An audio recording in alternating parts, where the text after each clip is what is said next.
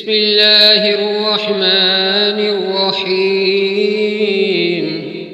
تبارك الذي بيده الملك وهو على كل شيء قدير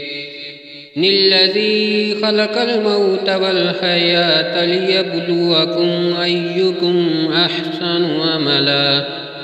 وهو العزيز الغفور الذي خلق 7 سماوات طباقا ما ترى في خلق الرحمن من تفاوت فارجع البصر هل ترى من فطور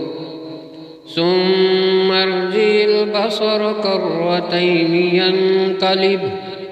إليك البصر خاسئا وهو حسير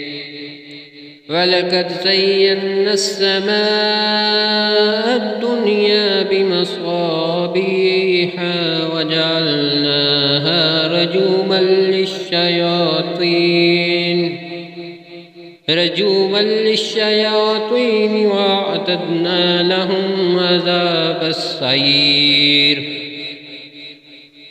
وللذين كفروا بربهم عذاب جهنم وبئس المصير إذا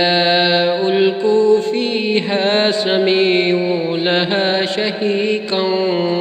وهي تفور تكاد تميز من الغيظ كلما ألقي فيها فوج سألهم خزنتها ألم يأتكم نذير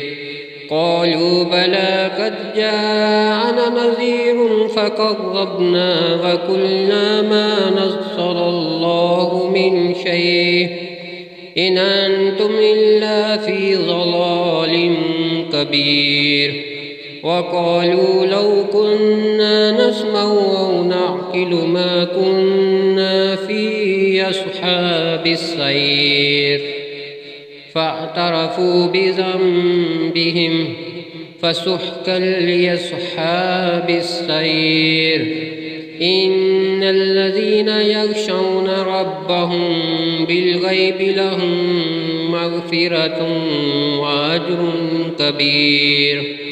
وأسروا قولكم أو اجهروا به إنه عليم بذات الصدور ألا يعلم من خلق وهو اللطيف الخبير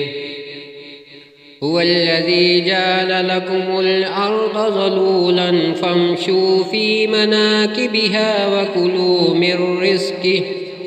وإليه النشور آمنتم من في السماء أن يخسف بكم الأرض فإذا هي تمور أم أمنتم من في السماء أن يرسل عليكم حاصبا فستعلمون كيف نظير ولقد كذب الذين من قبلهم فكيف كان نكير أولم يروا إلى الطير فوقهم صافات ويقبضن ما يمسكهن إلا الرحمن إنه بكل شيء بصير أمن هذا الذي هو جند لكم ينصركم من دون الرحمن إن الكافرون إلا في غرور أمن هذا الذي يرزقكم إن أمسك رزقه بل لجوا في عتو ونفور أفمن يمشي مكبا على وجهه يهدى أمن يمشي سويا على صراط مستقيم قل هو الذي أنشأكم وجعل لكم السمع والأبصار والأفئدة قليلا ما تشكرون قل هو الذي ذرأكم في الأرض وإليه تحشرون ويقولون متى هذا الوعد إن كنتم صادقين قل إنما العلم عند الله وإنما أنا نذير مبين فلما رأوه زلفة سيئت وجوه الذين كفروا وقيل هذا الذي كنتم به تدعون قل أرأيتم إن أهلكني الله ومن معي أو رحمنا فمن يجير الكافرين من عذاب أليم قل هو الرحمن آمنا به وعليه توكلنا